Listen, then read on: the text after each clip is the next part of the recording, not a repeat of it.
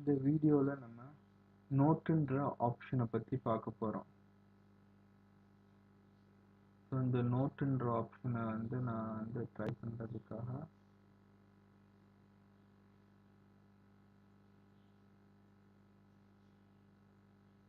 கொடுக்குறேன்.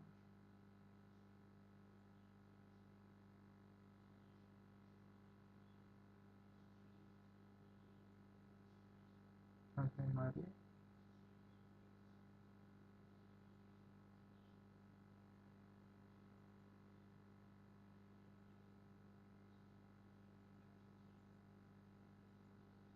ஸோ இந்த மாதிரி இடத்துல நம்ம காமனாக இந்த நோட்டுன்ற ஆப்ஷன்ஸ் யூஸ் பண்ணுவோம்.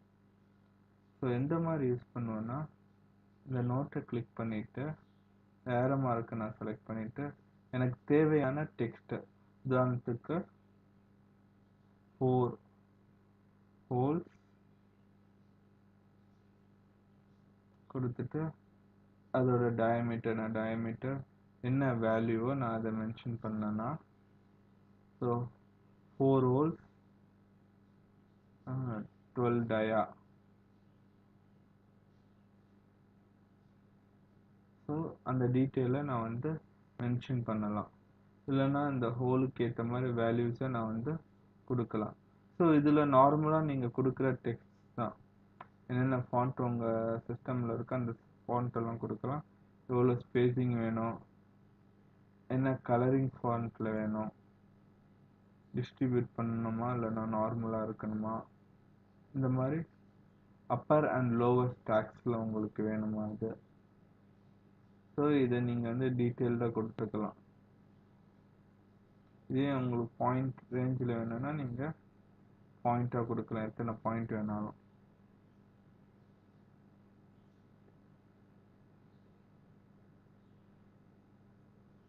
ஸோ ஓகேன்னு கொடுத்துட்டா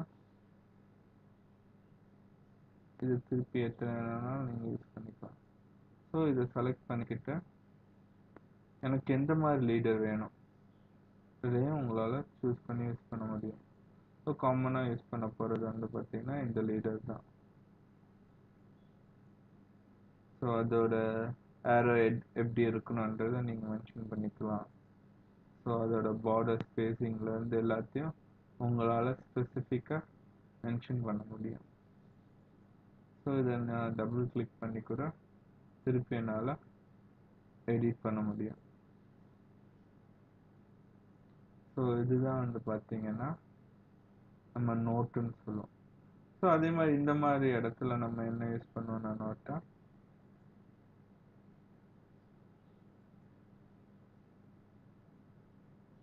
டேப்பர் ரேஷியோ 1:30. ஸோ இந்த மாதிரி விஷயங்கள் கொடுக்க நம்ம இதை யூஸ் பண்ணோம். ஸோ இந்த கேசஸில் பார்த்தீங்கன்னா இப்போ இங்கே ஒரு டேப்பர் ரேஷியோ இருக்கு.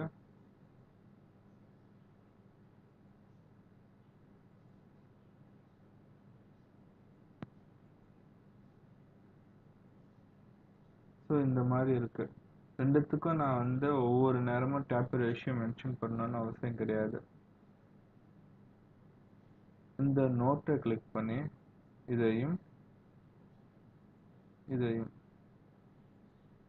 இல்லைன்னா இதையும் செலக்ட் பண்ணிக்கிட்டு நோட்டை நீங்கள் செலக்ட் பண்ணிங்கன்னா ஆட்டோமேட்டிக்காக ஒரே இதில் வரும். நீங்கள்